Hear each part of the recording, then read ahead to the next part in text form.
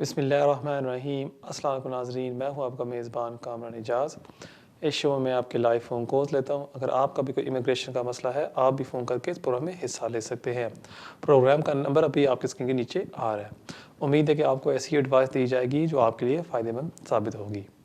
नाज़रीन, जैसे हमने तय किया था स्टार्ट ऑफ दिसंबर में कि हर वीक हम दिसंबर में आपको EU लॉ के मतलब अपडेट्स देते रहेंगे।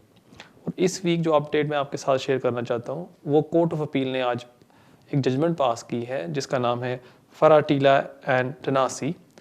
और उन्होंने इस जजमेंट में कहा है कि जो EU नेशनल्स जिनके पास है प्री सेटल स्टेटस, जिन्होंने अभी 5 साल लगातार यूके में नहीं गुजारे, उनको बेनिफिट्स मिलने चाहिए।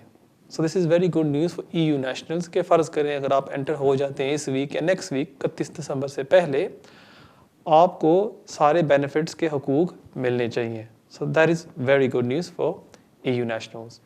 नाज़रीन, बेशुमार कॉल्स वेट कर रहे हैं, बगैर कोई टाइम ज़ाया किए बढ़ते हैं हमारे पहले कॉल की तरफ। हेलो। हेलो, अस्सलाम वालेकुम। वालेकुम सलाम।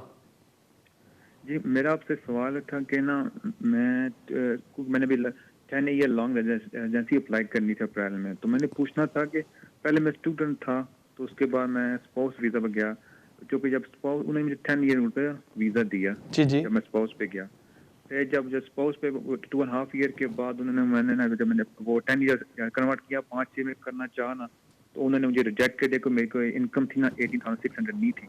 ठीक है। उन्होंने मुझे अपील का राइट भी दिया। जी जी। ठीक है, फिर मैंने अपील की, बट जैसे मैं अपील में जुलाई में थी, तो अपील से पहले ही मैंने ना अपनी नई एप्लीकेशन डाल दी अपनी 18,600 पौंड पूरे करके।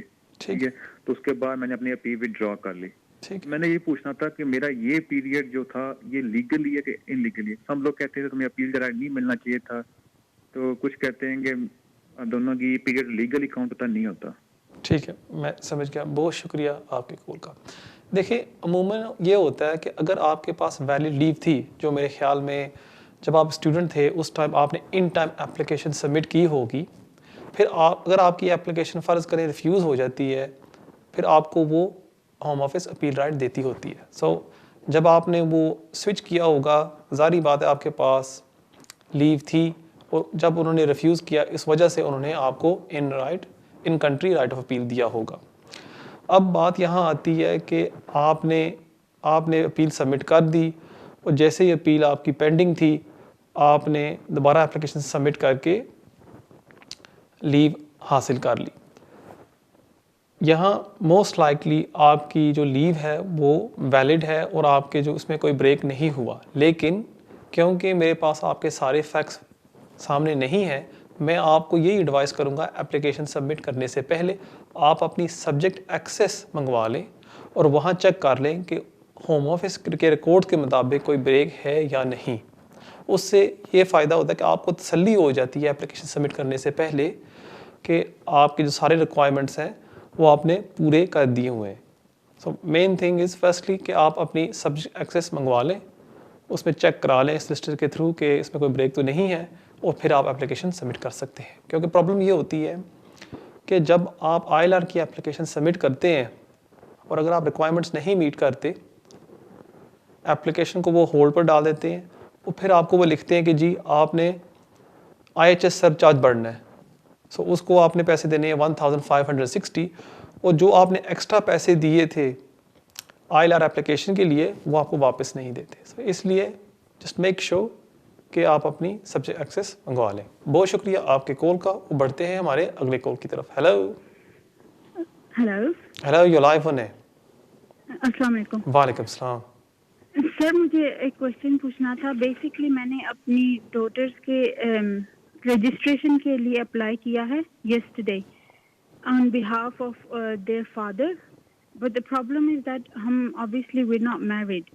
मेरा क्वेश्चन ये था कि क्या ये चीज़ अफेक्ट करेगी? ऑल्सो ये उनको ILR कैसे मिला था, क्या वो चीज़ भी इस डिसीजन पे इफेक्ट करेगी कि उन्होंने कैसे ILR लिया? और अब बिकॉज हम मतलब मैरिड नहीं हैं, तो क्या ये भी इस फैसला लेने में ये चीज़ इफेक्ट करेगी कि हम साथ नहीं रहते, तो वो मैं उनके थ्रू अप्लाई करी पर बच्चियां मेरे साथ रहती हैं? ठीक है, मैं समझ गया। बहुत शुक्रिया आपके कॉल का। जी नहीं, अगर आप एक रिलेशनशिप में नहीं है, वो इकट्ठे नहीं रह रहे, सो लॉन्ग एज आपका जो एक्स पार्टनर है या जो बच्चों का फादर है, अगर वो कंसेंट दे देता है, साइन कर देता है, मेरे ख्याल में वो आपके बच्चों को नेशनलिटी दे देंगे।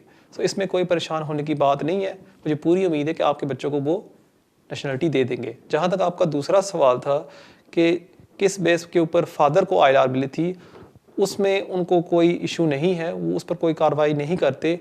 उन्होंने मेनली ये चेक करना होता है कि बच्चे यहाँ पैदा हुए थे, वो यहाँ रह रहे हैं कंटिन्यूसली, और एक पेरेंट को ILR ग्रांट हो गई हुई है। अगर ये रिक्वायरमेंट्स आप फुलफिल कर देते हैं, बच्चों को वो ग्रांट कर देंगे। बहुत शुक्रिया आपकी कॉल का, और बढ़ते हैं हमारे अगले कॉल की तरफ। हेलो हेलो, अस्सलाम वालेकुम, यो लाइव ऑन है। वालेकुम सलाम। वालेकुम सलाम।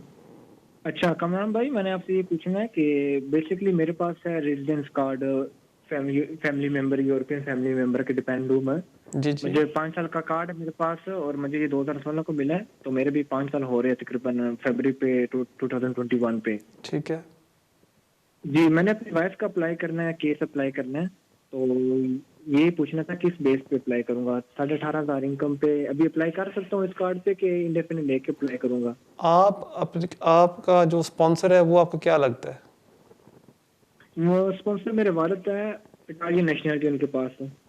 ठीक है, और शादी आपकी हो चुकी है? शादी मेरी हुई है 2018 पे हुई है, तो इस दौरान वालिद ने 2-3 दफा अप्लाई किया, पर वो रिजेक्ट हो रहा है वीजा। किस वजह से वो रिफ्यूज कर रहे? वो ये पहले तो मान नहीं रहे थे कि अबू है ना, उनको उनके डिपेंडेंसी नहीं मान रहे थे। ठीक है, तो वो मसला था। और मोस्ट रीसेंट रिफ्यूजल उन्होंने क्या दी है? अभी उन्होंने ये कहा कि डिपेंडेंसी का, उन्होंने कहा कि तुम नहीं मान रहे कि स्लिप जो डिपेंडेंसी की जो आप पैसे भेज रहे हो ना, वो थोड़ी है, वो ज्यादा भेजो, पिछले 2 साल के रिकॉर्ड भेजो, 1 साल का रिकॉर्ड हमें सिर्फ भेजा है। ठीक है, मैं समझ गया। बहुत शुक्रिया आपके कॉल। जी, एक और दूसरा सवाल ये था मेरा। जी जी जी जी, मैं सुन रहा हूँ। दूसरा सवाल ये है कि बेसिकली है ना, मेरा इंडेफिनिट, मैंने अपने बारे पूछ रहा हूँ, मैंने अपना इंडेफिनिट अप्लाई करना है ना, तो मैं फरवरी पे मुझे पूरे 5 साल हो रहे हैं, पर सितंबर पे है ना मेरा एक्सपायर हो रहा है 2021 पे।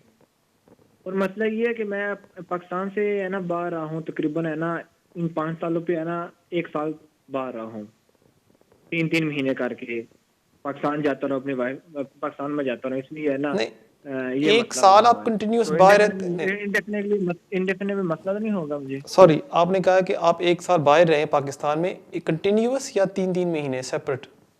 नहीं, मैं 3-3 महीने करके रहा। 1 साल में या मुख्तलिफ सालों में? नहीं, 5 सालों पे। 5 सालों में, ठीक है, मैं समझ गया। जो होने आ रहे हैं ना, ये फरवरी पे 5 साल हो जाएगा पूरे। ठीक है, मैं समझ गया। बहुत शुक्रिया आपके कॉल का। देखिए, जहाँ तक आपका पहला सवाल था कि आप अपने फादर के डिपेंडेंट हैं और आप अपनी वाइफ को बुलाना चाहते हैं, और आपने पहले भी एप्लीकेशन सबमिट की हैं और होम ऑफिस ने उनको रिफ्यूज़ कर दिया है। अब यहाँ आपके पास 2 ऑप्शंस हैं। एक तो आप अभी दोबारा अप्लाई कर सकते हैं, और उस बेस के ऊपर कि आपकी जो वाइफ है वो डिपेंडेंट है आपके फादर के ऊपर, और उनको वीज़ा दिया जाए। ज़ाहिर बात है, आपने पहले भी अप्लाई किया और मोस्ट लाइकली वो रिफ्यूज़ कर देंगे, लेकिन मेरे ख्याल में आपको अपील करनी चाहिए। और इसकी ये वजह है कि होम ऑफिस आजकल एक्सटेंडेड फैमिली मेम्बर एप्लीकेशन को रिफ्यूज़ कर देता है उस बेस के ऊपर कि आपने जो डिपेंडेंसी है वो आपने दिखाई नहीं है, या अगर आपने डिपेंडेंसी दिखाई है, आपने लॉन्ग टर्म नहीं दिखाई, आपने 3-4 सालों के लिए नहीं दिखाई। अगर गाइडेंस को देखें और रूल्स को देखें, वहाँ कोई ऐसी रिक्वायरमेंट नहीं है कि आपने कंटिन्यूस दिखाना होता है जिस दिन से EU नेशनल UK में एंटर होता है। So this is wrong. Home office अपने जो पॉलिसी है वो ब्रीच कर रही है, सो इट्स वेरी रॉन्ग। और मेरे ख्याल में अगर आप अपील पर जाते हैं, इसको आप चैलेंज कर सकते हैं और जज आपके हक में फैसला करेगा। अगर आप समझते हैं कि नहीं, मैं अपील पर जाना नहीं चाहता कि इसमें खर्चा होगा, फिर द सेफेस्ट बेट इज़ कि जैसे ही आपको इंडेफिनिट ग्रांट हो जाए, फिर आप इनकम रिक्वायरमेंट फुलफिल करके 18,600 आप अपनी वाइफ को स्पॉन्सर कर सकते हैं। अब आपने ये तय करना है कि आपके लिए कौन सी बेस्ट ऑप्शन है। अगर आप EU लॉ के ऊपर एप्लीकेशन अभी सबमिट करते हैं, इसमें आपका कोई खर्चा नहीं होगा, लेकिन हो सकता है अपील में जाके वहाँ थोड़ा सा आपको कॉस्ट पड़ जाए। अगेन बेस्ट चीज़ यही होगी कि आप अपने सिस्टर से जाके मिलके असेस कर लें। जहाँ तक आपका दूसरा सवाल था कि आपने 3 माह ओवर 5 years आपने गुजारे हैं जो बनते हैं 1 साल, इसमें कोई प्रॉब्लम नहीं होगी, क्योंकि जब आप EU सेटलमेंट स्कीम के ऊपर अप्लाई करते हैं वो कहते हैं कि आपने 1 साल में कम से कम 6 माह गुजारे होने चाहिए। सो ये तो रिक्वायरमेंट आप फुलफ़िल करते हैं। फॉर एग्ज़ाम्पल अगर आप गए थे जनवरी तो लेके मार्च पाकिस्तान 2018 में, आपके पास बाकी प्रूफ तो है ना कि आप यहाँ रह रहे थे यूके में, सो वो मुनासिब होगा। सो मेरे ख्याल में इसमें कोई प्रॉब्लम नहीं होगी और आपको वो ग्रांट कर देंगे ILR। बहुत शुक्रिया आपके कॉल का। वो बढ़ते हैं हमारे अगले कॉल की तरफ। हेलो। अस्सलाम वालेकुम कामरान भाई। वालेकुम सलाम। कामरान भाई, मेरा एक सवाल था, ये जो एक्सेस रिपोर्ट बोलते हैं इसको, या क्या बोलते हैं, वो जो हिस्ट्री अपनी मंगवाते हैं होम ऑफिस से, जी जी, वो उसको क्या कहते हैं, एक्सेस रिपोर्ट? ठीक है। और कोई सवाल आपका भाईजान? जी जी, उसके मतलब कि मैंने मालूमात लेनी थी कि उसका तरीकाकार क्या है और उसके साथ उसको कितना टाइम लग जाता है आने में, और दूसरा उसके लिए कोई डॉक्यूमेंट्स भी भेजने पड़ते हैं साथ या नहीं? ठीक है, मैं समझ गया। बहुत शुक्रिया आपके कॉल का। जब कोई भी शख्स अपना रिकॉर्ड होम ऑफिस से मंगवाना चाहता है, आपको एक सब्जेक्ट एक्सेस रिक्वेस्ट करनी होती है। उसको दोबारा दोहराता हूँ, सब्जेक्ट एक्सेस रिक्वेस्ट। अगर आप गूगल में डाल दें subject access request home office, आपको वो फॉर्म नज़र आ जाएगा। वहाँ आपने अपने डिटेल्स देने हैं, अपना नाम, डेट ऑफ बर्थ, और अगर आपका होम ऑफिस रेफरेंस नंबर है, अगर आप जानते हैं, वो भी आप दे सकते हैं। 2-3 मिनट लगते हैं इस फॉर्म को कंप्लीट करने में। और जैसे आप एंड पर आते हैं, वहाँ आपको एक चेकलिस्ट नज़र आती है और आपने अपना कोई डॉक्यूमेंट देना है जिस पर आपका नाम लिखा हो, और उसके साथ साथ एक सर्टिफाइड लेटर किसी सॉलिसिटर से कि जो कंफर्म करता है कि आपकी ये आइडेंटिटी, आप ही ये शख्स है जो अप्लाई कर रहे हैं for your subject access. Mainly यही डॉक्यूमेंट्स आपको चाहिए होती है। सो अगर आप ये ईमेल के ज़रिए आजकल आप भेज सकते हैं, और यूजुअली विदिन 2 to 3 वीक्स में आपको वो रिपोर्ट ईमेल में भेज देते हैं। उम्मीद है आपको आपके सवाल का जवाब मिल गया होगा। और बढ़ते हैं हमारे अगले कॉल की तरफ। हेलो। अस्सलाम वालेकुम कामरान भाई। वालेकुम सलाम। मेरे 2 सवाल हैं। जी जी। तो प्लीज़, मैं EU सेटलमेंट स्कीम के बारे में पूछना था अपनी वाइफ के वीज़े के लिए। ठीक है। तो मेरी वाइफ के पास 5 ईयर का कार्ड है। वो नेक्स्ट ईयर इसका ना 5 ईयर कंप्लीट हो जाएंगे, लेकिन कार्ड जो एक्सपायर होगा 2022 में। ठीक है। तो नेक्स्ट ईयर जनवरी में इसके 5 ईयर कंप्लीट होंगे। मेरे पास इंडेफिनेट ऑलरेडी। ठीक है। तो ये अभी हमें कितने दिन पहले ये अप्लाई करना चाहिए इंडेफिनेट EU सेटलमेंट में?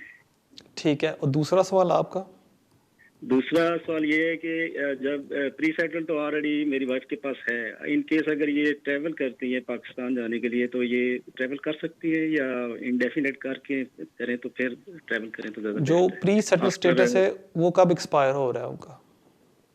वो तो हमने 2 ईयर पहले अप्लाई किया था। तो उसके 3 साल अभी रहते हैं।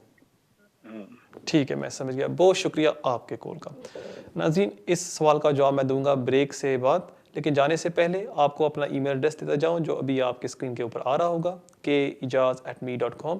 इसके ज़रिए आप मुझे कांटेक्ट कर सकते हैं, और अगर आप मुझे मिलना चाहते हैं मेरे ऑफिस में, आप मुझे मिल भी सकते हैं। और उन लोगों को जो कोशिश कर रहे हैं अभी फ़ोन करने में लेकिन उनकी बारी नहीं आ रही, परेशान ना हो। अगर आप मेरे YouTube चैनल पर जाएं और वहाँ आप टाइप करें कामरान एजाज, वहाँ आपको मेरी तस्वीर नज़र आ जाएगी। और जब आप आज इस वीडियो को पब्लिश करेंगे, अगर आपके कोई सवाल है आप वहाँ मुझे पूछ सकते हैं, और मैं पूरी कोशिश करूँगा आपकी तरफ से कि उन सवालों के जवाब दूँ। नाजरीन, कहीं नहीं जाना, मिलते हैं ब्रेक के बाद। नाज़रीन, वेलकम बैक। जैसे मैं ब्रेक से पहले कह रहा था कि अगर आप मुझे कोई सवाल पूछना चाहते हैं और अगर आपकी बारी नहीं आती, अगर आप मेरे YouTube पर चैनल पर जाएं और वहाँ कमेंट्स में अगर आप मुझे कोई सवाल पूछें, मैं पूरी कोशिश करूँगा आपके सवालों के जवाब दूँ। ब्रेक से पहले एक कॉलर ने सवाल पूछा था कि उनकी जो वाइफ है उनके 5 साल मुकम्मल हो रहे हैं नेक्स्ट ईयर, लेकिन जो उनका कार्ड है वो एक्सपायर हो रहा है 2022 में। वो कब अप्लाई कर सकते हैं उनकी वाइफ के लिए for indefinite leave to remain? जैसे आपके वाइफ के 5 साल पूरे हो जाते हैं, आप अप्लाई कर सकते हैं। चाहे कार्ड बाद में एक्सपायर हो रहा है, आपको वेट करने की ज़रूरत नहीं है। सो जिस दिन से 5 साल मुकम्मल हो जाए, आप अप्लाई कर लीजिएगा। दूसरा सवाल आपने मुझसे पूछा था कि अगर आप अप्लाई करते हैं आपकी वाइफ की इंडेफिनिट लीव टू रिमेन के लिए वो ट्रैवल कर सकती हैं या नहीं? जी हाँ, वो कर सकती हैं, और उसकी वजह मैं आपको बताता हूँ कि फ़र्ज़ करें आपकी जो वाइफ का जो एप्लीकेशन है होम ऑफिस रिफ्यूज़ कर देती है, करेंगी तो वो नहीं, लेकिन for example worst case scenario वो रिफ्यूज़ कर देती हैं, आपको वो यही कहेंगे इन द डिसीजन कि आपके वाइफ के 5 साल पूरे नहीं हुए, उनके पास प्री सेटल स्टेटस है, जैसे वो मुकम्मल हो जाएंगे आप अप्लाई कर लेगा दोबारा।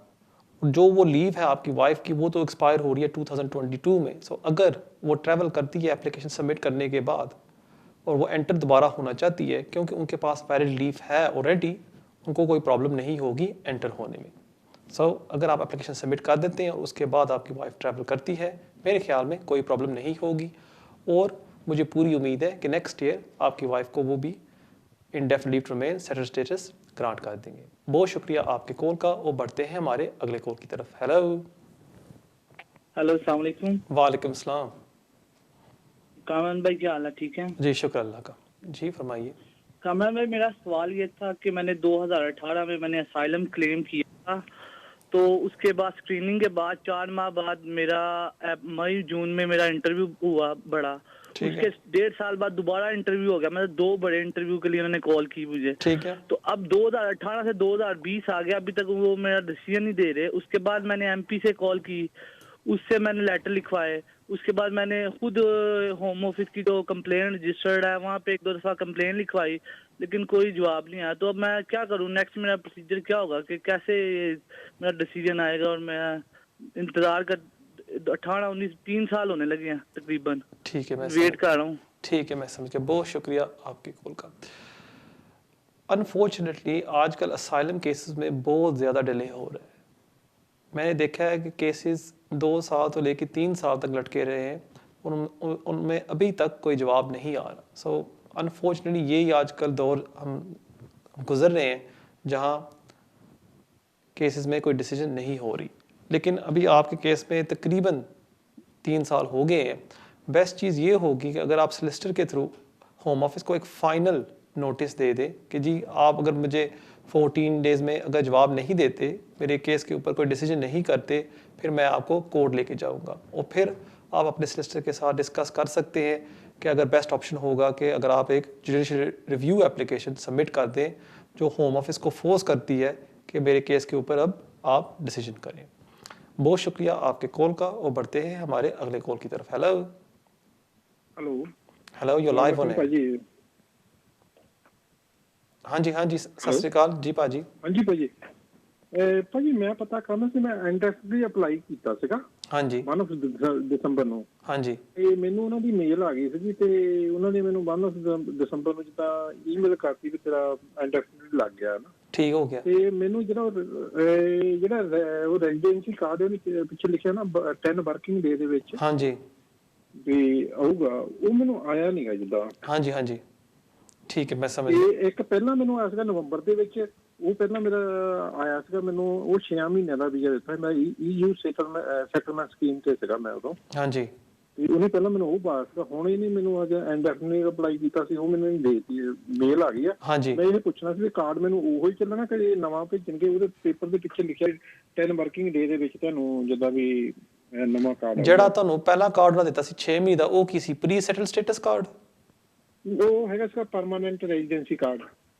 ਠੀਕ ਹੈ, ਲੇਕਿਨ ਉਹ ਕਿਹਦੇ ਉੱਪਰ ਤੁਸੀਂ ਅਪਲਾਈ ਕੀਤਾ ਸੀ? ਸੈਟਲਮੈਂਟ ਸਕੀਮ ਤੇ ਜਾਂ ਉਹ ਈ ਰੈਗੂਲੇਸ਼ਨਸ ਤੇ? ਆਪਾਂ EU ਸੈਟਲਮੈਂਟ ਦੂਸਰੀ ਸਕੀਮ ਤੇ ਪੇਪਰ ਤੇ ਕੀਤਾ ਸੀ ਨਾ? ਮੇਰਾ ਹਾਂਜੀ ਮੈਂ ਸਮਝ ਗਿਆ। ਠੀਕ ਹੈ, ਮੈਂ ਸਮਝ ਗਿਆ। ਬਹੁਤ ਸ਼ੁਕਰੀਆ ਤੁਹਾਡੇ ਕੋਲ ਦਾ। ਜ਼ਿਆਦਾਤਰ ਕੀ ਹੁੰਦਾ ਹੈ ਕਿ ਅਗਰ ਤੁਹਾਡੇ ਕੋਲ ਕੋਈ ਕਾਰਡ ਹੈ ਜਿਹੜਾ ਐਕਸਪਾਇਰ ਨਹੀਂ ਹੋਇਆ, ਫॉर एग्जांपल ਤੁਹਾਨੂੰ ਈ ਰੈਗੂਲੇਸ਼ਨਸ ਤੇ ਜਿਹੜੇ ਪੁਰਾਣੀ ਸਕੀਮ ਹੁੰਦੀ ਸੀ ਜਦੋਂ ਪੇਪਰ ਤੇ ਅਸੀਂ ਅਪਲਾਈ ਕਰਦੇ ਹੁੰਦੇ ਸਾਂ, ਅਗਰ ਉਹ ਕਾਰਡ ਨਹੀਂ ਐਕਸਪਾਇਰ ਹੋਇਆ ਫਿਰ ਤੁਹਾਨੂੰ ਨਵਾਂ ਕਾਰਡ ਨਹੀਂ ਦਿੰਦੇ ਜਦ ਤੱਕ ਉਹ ਐਕਸਪਾਇਰ ਨਹੀਂ ਹੁੰਦਾ। ਲੇਕਿਨ ਅਗਰ ਤੁਹਾਡੇ ਕਾਰਡ ਦੇ ਉਹ ਲੈਟਰ ਤੇ ਲਿਖਿਆ ਹੈ ਸੈਟਲਮੈਂਟ ਸਕੀਮ ਲੈਟਰ ਤੇ ਕਿ ਅਸੀਂ ਤੁਹਾਨੂੰ ਵਿਦਿਨ 10 ਵਰਕਿੰਗ ਡੇਜ਼ ਤੁਹਾਨੂੰ ਕਾਰਡ ਭੇਜਾਂਗੇ, ਉਹ ਨਹੀਂ ਆਇਆ, ਬੈਸਟ ਚੀਜ਼ ਕੀ ਹੋਏਗੀ ਕਿ ਅਗਰ ਤੁਸੀਂ ਗੂਗਲ ਵਿੱਚ ਜਾਓ ਔਰ ਉੱਥੇ ਤੁਸੀਂ ਟਾਈਪ ਕਰੋ BRP ਕਾਰਡ ਨਾਟ ਰਿਸੀਵਡ, ਉੱਥੇ ਤੁਹਾਨੂੰ ਇੱਕ ਫਾਰਮ ਨਜ਼ਰ ਆ ਜਾਏਗਾ। ਉਹਦੇ ਵਿੱਚ ਤੁਸੀਂ ਆਪਣਾ ਰੈਫਰੈਂਸ ਨੰਬਰ ਪਾਓ ਔਰ ਹੋਮ ਆਫਿਸ ਫਿਰ ਤੁਹਾਨੂੰ ਇੱਕ ਅਪਡੇਟ ਦੇਗੀ ਕਿ ਉਹ ਕਿਤੇ ਤੱਕ ਪਹੁੰਚੇ ਨੇ ਤੁਹਾਡੇ ਕਾਰਡ ਨੂੰ ਸੈਂਡ ਕਰਨ ਵਿੱਚ।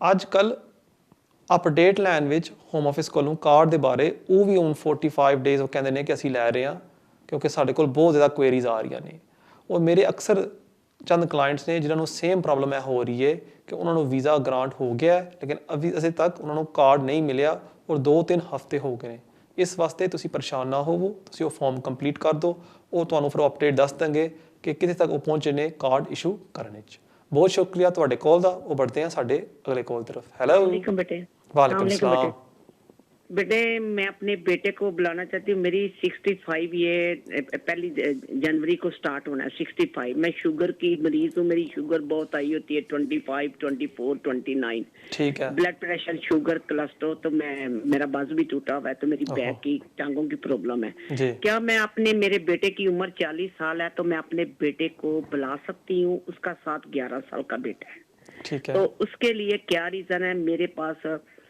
मेरी गैस बिजली है पे यू को तो मैं काउंसिल का लेटर लगा सकती हूँ काउंसिल टैक्स वालों का और साथ बैंक स्टेटमेंट मेरी जो जिसमें बेनिफिट आते हैं सारे वो लगा सकती हूँ और एग्रीमेंट मालक का लगा सकती हूँ कैसे करना है ये बेटे मुझे रीजन चाहिए मैं अपने बेटे को कोई फैमिली मेंबर्स यहाँ यूके में हैं या नहीं जी आपके कोई बच्चे यहाँ यूके में हैं नहीं कोई नहीं है कोई नहीं है मैं अकेली हूँ अकेली और जो आपके हस्बैंड है वो जिंदा है या वो उनकी डेथ हो गई है नहीं मैं विडो ठीक है मैं समझ गया वो और आपका एक ही बेटा है मेरे दो एक बेटा मेरा दुबई में होता है उसका बेटा और एक बेटा मेरा पाकिस्तान में है ठीक है मैं समझ गया बहुत शुक्रिया आपके कॉल का आंटी जी जैसे आपने मुझे बताया कि आपकी काफ़ी ज़्यादा हेल्थ कंडीशंस हैं इसमें मुझे एक चीज़ नज़र आ रही है लेकिन आपको जल्दी से ये एप्लीकेशन सबमिट करनी होगी 31 दिसंबर से पहले और वो है अगर आप एक ब्रिटिश नेशनल हैं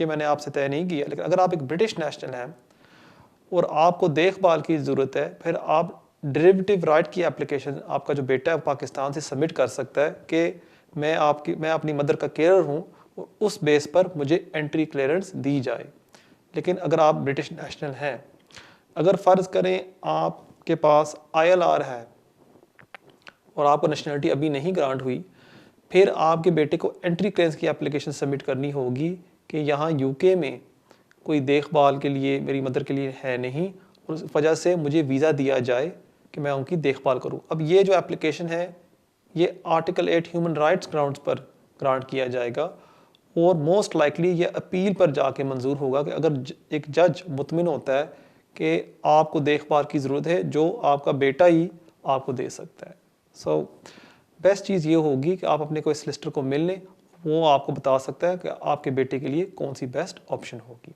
बहुत शुक्रिया आपके कॉल का और बढ़ते हैं हमारे अगले कॉल की तरफ हेलो अस्सलाम वालेकुम सर वालेकुम सलाम सर ये भी एक बंदा है उसके पास कागज नहीं है और उसकी बीवी ब्रिटिश भी है आरएस भी उसके पास है तो यूरोप कानून के तहत दरखास्त हो सकती है उसकी ठीक है और बच्चे हैं कोई नहीं बच्चे नहीं है उसकी ठीक है और इकट्ठे रह रहे हैं नहीं रह रहे इकट्ठे रह रहे हैं कितने अरसे से रह रहे हैं 2-3 साल हो गए शादी होगी हुई है या नहीं शादी नहीं अनमैरिड जी ठीक है मैं समझ गया बहुत शुक्रिया आपके कॉल का अगर आपकी जो पार्टनर है वो आयरिश सिटीज़न है फिर आपके पास दोनों ऑप्शंस हैं कि आप जो परस्यू कर सकते हैं मेरे ख्याल में आपको फौरी तौर पर एक unmarried application under EU regulations submit करनी चाहिए क्योंकि अगर आपके पास 2-3 साल का प्रूफ है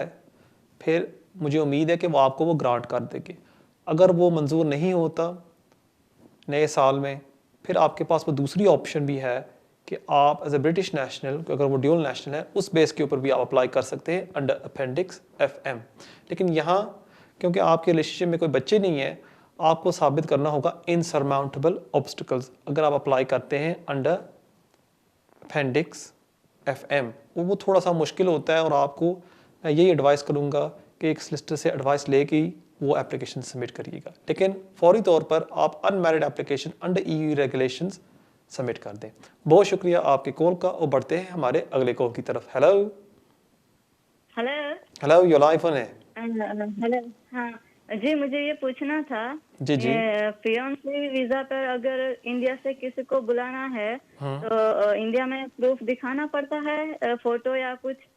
ठीक है, और कोई सवाल आपका? और हमें इंडिया जाना पड़ेगा या फिर वो ऐसे यहाँ आ सकता है, या हमें इंडिया जाना पड़ेगा प्रूफ के लिए? ठीक है, मैं समझ गया, बहुत शुक्रिया आपके कॉल का। जब आप कोई एप्लीकेशन फियांसे की सबमिट करते हैं, वो देखते हैं कि इसमें आप एक रिलेशनशिप में हैं या नहीं। अगर आपकी जो डॉटर है या आपकी शादी अगर हो रही है और आपने ट्रैवल नहीं किया इंडिया, अगर आपके पास व्हाट्सएप चैट्स हैं प्रूफ्स, वो अगर आप साथ लगा दें वो दुरुस्त होगा और आपको ज़रूरत नहीं होगी जाने की इंडिया। लेकिन अगर आप चली जाती हैं वो बेहतर है, क्यों वो ज़्यादा प्रूफ होता है कि आप एक जेन्युइन रिलेशनशिप में हैं, बट इट्स नॉट मैंडेटरी। अब यहाँ एक सवाल उठता है जो अक्सर मैं कहता होता हूँ कि फियांसे वीज़ा का एप्लीकेशन आप सबमिट करेंगे और जो आ रहा होगा लड़का इंडिया से या पाकिस्तान से, उसको मिलेगा 6 माह का वीज़ा। उसके बाद दोबारा आपको अप्लाई करना होगा कि आप स्विच करें टू द स्पाउस रूट। मेरे ख्याल में बेस्ट ऑप्शन ये होती है कि अगर आप बेहतर है कि इंडिया चले जाएं, वहाँ शादी आप रजिस्टर कर लें और एक ही दफ़ा एक एप्लीकेशन सबमिट करें स्पाउस वीज़े की, और वो अगर सक्सेसफुल हो जाती है लड़के को 2.5 साल का वीज़ा मिल जाता है। क्योंकि जो रिक्वायरमेंट्स आपने फुलफ़िल करनी होती है फियांसे वीज़े के लिए वो तकरीबन सेम ही होती हैं फॉर स्पाउस वीज़ा। सो इसलिए मेरे ख्याल में बेस्ट ऑप्शन होता है कि आप स्पाउस वीज़े के लिए ही अप्लाई करें। बहुत शुक्रिया आपकी कॉल का, और बढ़ते हैं हमारे अगले कॉल की तरफ। हेलो, अस्सलाम वालेकुम कमर साहब। वालेकुम सलाम। हाँ सर, हमें पूछना है, हमने ये अभी अप्लाई किया ऑनलाइन। जी जी, अपलोड सब पेपर कर दिए। ठीक है। सोपरा वाला अभी बहुत फीस मांग रहा है उसका अपॉइंटमेंट लेने के लिए, बोल रहा है इतना पैसा दो। हाँ जी। वो अपलोड करने के बाद फिर वो क्या करेगा, हम लोग का पेपर लेके जाएगा, क्या करेगा, कौन सा पेपर देगा करेगा? ठीक है ठीक है, बहुत पैसा मांग रहे हैं, 500 कितना क्या 69 उसका है, वो तो बहुत पैसा मांग रहे हैं, क्या है? ठीक है, लेकिन आपने वो फी वेवर के लिए अप्लाई नहीं किया था? नहीं, हम लोग वो नहीं किया। ठीक है, मैं समझ गया, बहुत शुक्रिया आपके कॉल का। जब आप अपनी एप्लीकेशन होम ऑफिस में सबमिट कर देते हैं, उसके बाद आपने सोपरा की वेबसाइट है, जो एक कंपनी है जो होम ऑफिस ने कॉन्ट्रैक्ट दिया हुआ है, जो आपके डॉक्यूमेंट्स हैं उस वेबसाइट के ऊपर आपने अपलोड करने होते हैं। अब आपने मुझे बताया कि आपने अपनी एप्लीकेशन सबमिट कर दी है और आपने अपने डॉक्यूमेंट्स भी अब अपलोड कर दिए हैं, और आपने अभी जाना है अपने फिंगरप्रिंट्स के लिए at the Sopara centre. Unfortunately जब आप इस सोपरा सेंटर पर जाते हैं, आपको अपॉइंटमेंट लेनी पड़ती है और उसके पैसे आपको देने पड़ते हैं, और सस्ती अपॉइंटमेंट्स मिल जाती हैं 89 पाउंड की भी पर पर्सन, लेकिन वो मुश्किल के साथ ही मिलती हैं, क्योंकि हर बंदा वहाँ बैठा होता है कंप्यूटर के ऊपर, वो देख रहा होता है कि मुझे सस्ती से सस्ती अपॉइंटमेंट मिल जाए। अगर आप चेक करते रहें, मुझे उम्मीद है कि आपको सस्ती अपॉइंटमेंट भी मिल जाएगी, जो आपको 69 पाउंड्स की भी मिल जाती है। लेकिन अगर वो नहीं मिलती, मैं आपको यही एडवाइस करूंगा, अगर वो 200 पाउंड्स की अपॉइंटमेंट है पर पर्सन, फिर भी आप वो फीस भर दें और आपकी एप्लीकेशन का प्रोसेस शुरू हो जाए और आपके वीज़े आपको मिल जाए और आपको इससे छुटकारा हो जाए। क्योंकि ऐसे आपका केस लटका रहेगा, आपको बाद में फिर परेशानी होगी, काम की, बेनिफिट्स की, या जो भी आपके फैमिली लाइफ में प्रॉब्लम्स हो जाएंगी। सो बेस्ट चीज़ है कि जल्दी से अपॉइंटमेंट बुक कर दें, अपने डॉक्यूमेंट्स जमा करा दें, फिंगरप्रिंट्स करा लें और अपना वीज़ा हासिल करें। बहुत शुक्रिया आपके कॉल का। नाज़रीन, मुझे बताया जा रहा है कि ब्रेक का वक्त होता जाता है। जाने से पहले आपको मैं अपना ईमेल एड्रेस देता जाऊँ, जो अभी आपके स्क्रीन के ऊपर आ रहा होगा, keijaz@me.com। इसके थ्रू आप मुझे कॉन्टैक्ट कर सकते हैं, और अगर आप मुझे मिलना चाहते हैं at my office, you are more than welcome, आप मुझे मिल सकते हैं। नाज़रीन, मिलते हैं ब्रेक के बाद। नाज़रीन, वेलकम बैक। बढ़ते हैं हमारे अगले कॉल की तरफ। हेलो, अस्सलाम वालेकुम। वालेकुम सलाम। सॉरी सर, मैंने प्रोग्राम के स्टार्ट में भी कॉल की थी, just forgot to ask one question. मैंने आपसे क्वेश्चन पूछा था अबाउट माय डॉटर्स रजिस्ट्रेशन, जो उनके फादर के थ्रू मैंने अप्लाई की है। Just a question that I forgot to ask है, उनका करंट, मेरी डॉटर्स का करंट स्टेटस जो है वो है रेफ्यूजी लीव टू रिमेन, जिसके 2 साल ऑलरेडी गुजर चुके हैं, because obviously like I said, we don't live together. उन्होंने just अब in contact with the kids and उन्होंने permission दिया that I can apply. Correct. So just my last question is that क्या ये जो इनका current status है refugee leave treatment, क्या ये कुछ effect होगा इनकी application पे, या does it matter कि इनका current status क्या है जब आप apply करें registration के लिए? Were your children born in the UK? Yes, they are born in the UK. Well, since they're born, they've never been outside the country. So Fine. one is 3.5 and one is 1.5. Okay. Yes. Were they given asylum on the basis of differences or difficulties between you and your husband? No. No. Fine. ठीक It है. was through like from back home. I understand. ठीक है, मैं समझ गया. बहुत शुक्रिया आपके कॉल में. इसमें कोई प्रॉब्लम नहीं होगी कि अगर आपके बच्चों के पास है asylum, refugee status, लेकिन अगर वो रिक्वायरमेंट्स फुलफिल करते हैं, जो मेरे ख्याल में वो ज़रूर करते हैं फॉर नेशनैलिटी, फिर होम ऑफिस उनको नेशनैलिटी ग्रांट कर देगी. अक्सर ये होता है कि बच्चों के पास 2.5 साल का वीज़ा होता है या वो 8 साल के होते हैं और जैसे ही वो रिक्वायरमेंट्स फुलफिल कर देते हैं, एक पेरेंट के पास सेटल स्टेटस हो जाता है, इंडेफिनिट लीव टू रिमेन, उनको बच्चों को फिर home office nationality British grant कर देती है. So again you have nothing to worry about. Application आप सबमिट कर दें और मुझे पूरी उम्मीद है कि वो आपके बच्चों को नेशनलिटी ग्रांट कर देंगे. बहुत शुक्रिया आपके कॉल का. और बढ़ते हैं हमारे अगले कॉल की तरफ. हेलो जी, अस्सलाम वालेकुम. वालेकुम सलाम. जी कमरान भाई, मैं आपको सॉरी दोबारा कॉल कर रहा हूँ. मैं पहले कॉल की थी आपसे. जी जी. तो मैंने ये कहना था कि अगर किसी भी वजह से है ना, मैं अब मार्च पे अप्लाई करूंगा अपना इंडेफिनिट, मुझे वो 5 साल का कार्ड दे दे मसलन, अगर उसमें 5 साल कार्ड से अप्लाई कर सकते अपनी वाइफ का वीज़ा. आप अपनी थोड़ी सी हिस्ट्री दोबारा दोहराइएगा. आपको 5 साल का कार्ड क्यों देंगे? आपको ILR क्यों नहीं देंगे? वो जो आपकी एब्सेंसेस थी उसके बारे में आप फिक्र कर रहे हैं बंदों से जी. ये है ना, अगर रेजिडेंस कार्ड जिस तरह के अभी मैं वालिद के डिपेंड हूँ जी, अगर मुझे किसी भी वजह से है ना 5 साल का कार्ड दे दे, वो कहे तुम मुल्क से ज्यादा बाहर रहे हो या डिपेंडेंसी ना या बुक इनकम थोड़ी हो या डिपेंडेंसी ना माने. जी जी. क्योंकि 1 साल उनका काम भी नहीं था ना. ठीक है, मैं समझ गया. काम नहीं था. ठीक है, मैं समझ गया. बहुत शुक्रिया आपके कॉल का. अगर वर्स्ट केस सिनारियो आपको वो सेटल स्टेटस नहीं ग्रांट करते, फिर at the moment under pre settled rules, जो रूल्स हैं अभी as a pre settle status, आप अपनी वाइफ को स्पॉन्सर नहीं कर सकते. लेकिन जैसे मैंने 2-3 हफ्ते पहले अर्ज़ किया था कि अब जिन लोगों के पास है प्री सेटल स्टेटस, उनको वो अपेंडिक्स FM में लेके आ रहे हैं. सो हो सकता है कि नए साल में थोड़ी सी ये पॉलिसी ये चेंज कर दे कि अगर आपके पास प्री सेटल स्टेटस है, आप अपनी वाइफ को बुला सकते हैं. पर अगेन ये 100% कंफर्म नहीं है. लेकिन आपने मुझे बताया कि आपको वो फिक्र है कि आपकी जो एब्सेंसेस थी उस वजह से वो रिफ्यूज़ कर दें, या आपके फादर काम नहीं कर रहे थे उस वजह से भी आपको वो इंडेफिनिट लीव टू रिमेन ना ग्रांट करें. अगर आपके फादर काम नहीं कर रहे थे, इसमें कोई प्रॉब्लम नहीं है. मेनली आपने दिखाना होगा आप अपने फादर के साथ एक घर में रह रहे हैं. अगर आपके पास वो प्रूफ था, आपके पास कोई प्रॉब्लम नहीं होगी इंडेफिनिट लीव टू रिमेन हासिल करने में. मैं आपको ये एडवाइस करूँगा, क्योंकि आप काफ़ी परेशान लग रहे हैं फ़ोन में, आप अपने कोई करीबी सॉलिसिटर को मिल लें जो आपको सही तरह एक्सप्लेन कर सकता है. वो आपके डॉक्यूमेंट्स अभी से असेस कर सकता है कि पूरे हैं या नहीं. अगर कोई चीज़ मिसिंग है वो भी आपको अभी फौरी तौर पर बता सकता है. बहुत शुक्रिया आपके कॉल का. और बढ़ते हैं हमारे अगले कॉल की तरफ. हेलो. अस्सलाम वालेकुम. वालेकुम सलाम. भाई क्या है, ठीक ठाक है? जी शुक्र अल्लाह का. भाई मैंने आपसे वो क्वेश्चन पूछने है. मेरा कज़न पाकिस्तान से स्पोर्ट्स वीज़े पे आया यहाँ UK पे, तो उसके पास अब इंडेफिनिट लीव है, तो उसे कोरोना वायरस हो गया, तो वो फैक्ट्री में काम करता है जल्दी के जरिए.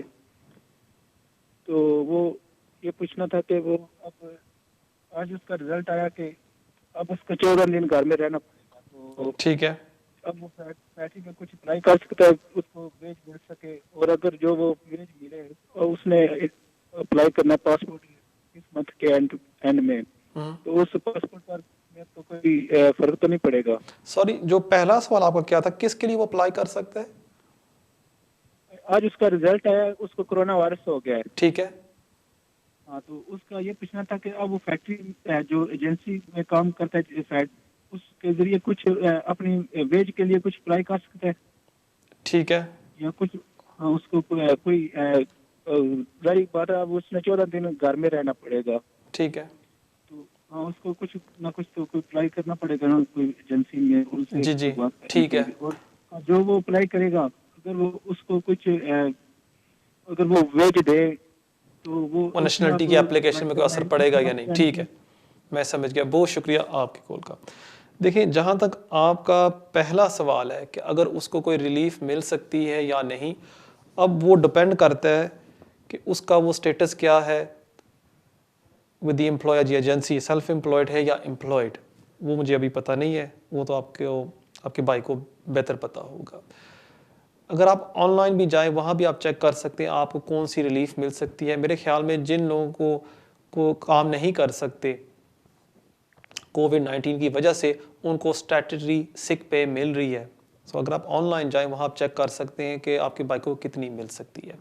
जहाँ तक आपका दूसरा सवाल था कि जब आपके भाई नेशनलिटी के अप्लाई करेंगे और अगर उन्होंने कोई बेनिफिट लिया है कोरोना रिलेटेड, उनकी नेशनलिटी की एप्लीकेशन को असर तो नहीं होगा? जी नहीं, क्योंकि जब आप नेशनलिटी के लिए अप्लाई करते हैं, आपने रेजिडेंसी रिक्वायरमेंट्स फुलफिल करनी होती हैं।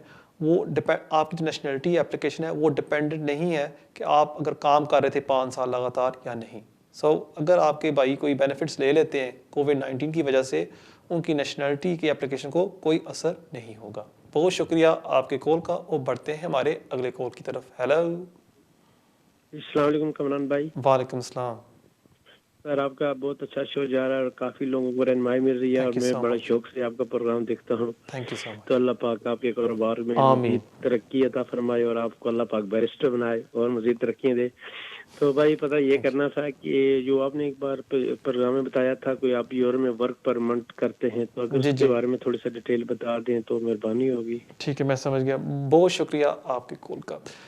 इसके बारे में अभी तक बातचीत नहीं की, कि मैं चाह रहा था कि फ्रॉम नेक्स्ट ईयर 2021 में इन प्रोग्राम्स में उसमें तफसील में हम बातचीत किया करेंगे। लेकिन अगर आपने पूछा है इसके बारे में, ज़रूर मैं थोड़ा सा जिक्र कर देता हूँ कि आजकल यूरोप में, स्पेशली पुर्तगाल में, बेल्जियम में, पोलैंड में वर्क परमिट वीज़ेज़ मिल रहे हैं काफ़ी आसानी के साथ। और अगर आपको इसमें कोई मदद चाहिए, आप हमसे भी रब्ता कर सकते हैं। हम अपनी तरफ से पूरी कोशिश करेंगे कि अगर आपके कोई रिश्तेदार हैं जो अप्लाई करना चाहते हैं इस वर्क परमिट के लिए, कि हम उनके लिए दिलवाएं ये visa.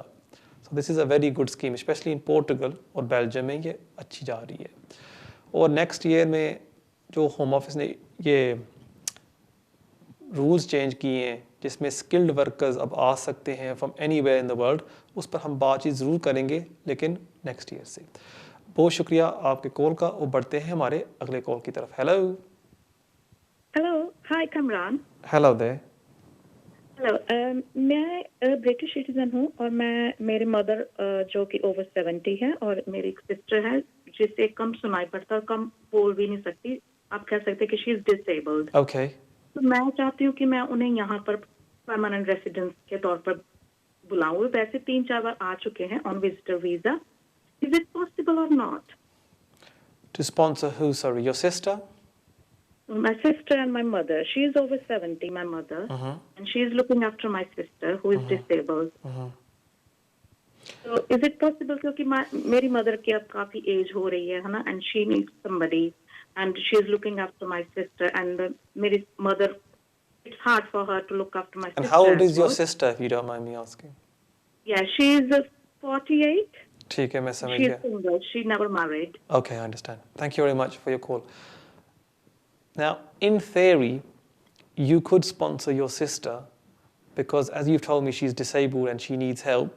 On that basis, you could argue that there is no one there in India to adequately care for her, or that the care is not available in India to care for her needs. So on that basis, you could potentially sponsor your mother. Your sister. The problem that I see here is one, that the Home Office might argue that for all these years that your sister is 46 years old, your mother has cared for her, so why can't that carry on? Now, moving on to your mother, the same issue arises. that your mother, the Home Office will argue, is fit and healthy. She's taking care of your sister. So she's not dependent for any care needs. Now, if we can somehow prove that your sister is disabled, which you've told me, and that your mother's health has severely deteriorated over these past few months, and we can back that up with documentary evidence, then potentially we can sponsor both. Again, because of the cost involved with these applications, I would strongly advise you to seek legal advice before deciding whether or not to make an application. Thank you very much for your call. नाज़रीन बढ़ते हैं हमारे अगले call की तरफ. Hello. वालेकुम सलाम.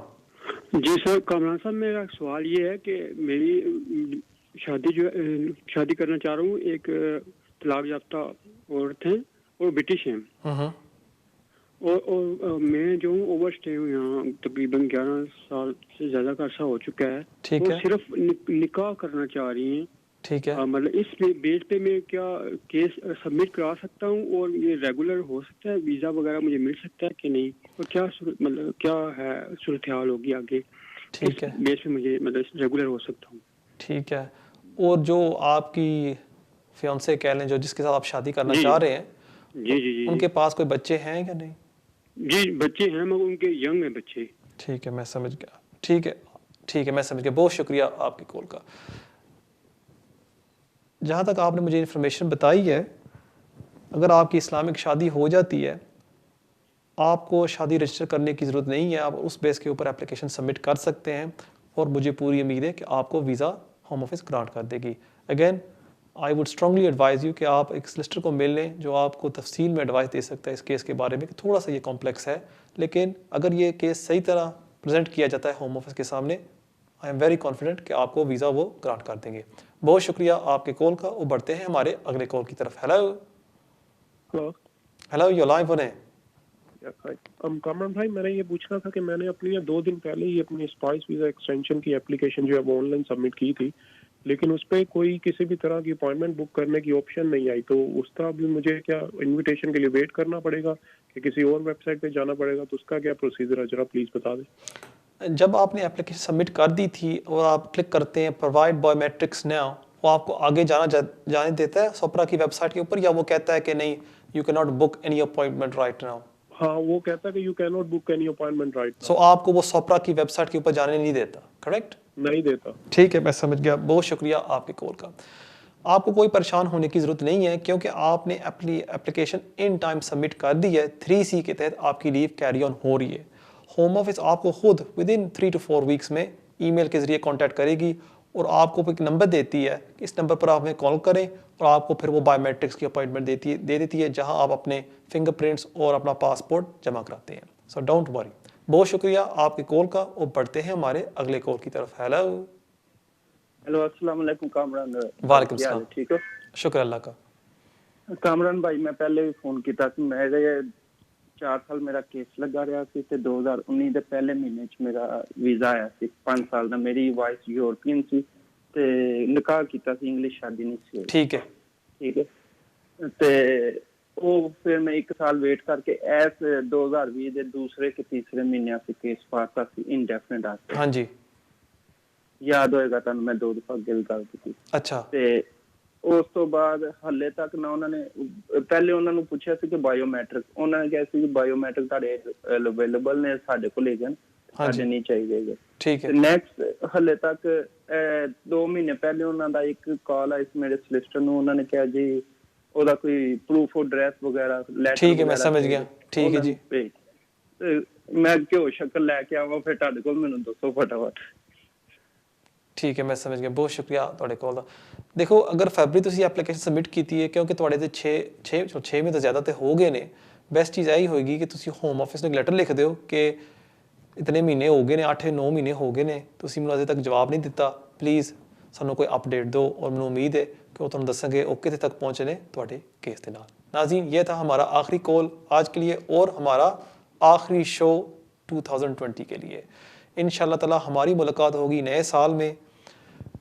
तब तक के लिए मुझे इजाज़त दें, लेकिन जाने से पहले आपको मैं अपना ईमेल एड्रेस देता जाऊँ जो अभी आपके स्क्रीन के ऊपर आ रहा होगा, keijaz@me.com। इसके ज़रिए आप मुझे कॉन्टैक्ट कर सकते हैं और आप मुझे मिलना चाहते हैं आप मुझे मिल भी सकते हैं। और उन लोगों के लिए जिनकी आज बारी नहीं आई, आप अगर मेरे यूट्यूब पे चैनल पर जाएँ, वहाँ मुझे अपना सवाल भेज सकते हैं अंडर द कमेंट्स, और मैं पूरी कोशिश करूँगा आपकी तरफ से कि उन सवालों के जवाब दूँ। नाज़रीन, दुआओं में याद रखिएगा और इंशाअल्लाह ताला हमारी मुलाकात होगी नए साल में। तब तक के लिए अस्सलाम वालेकुम।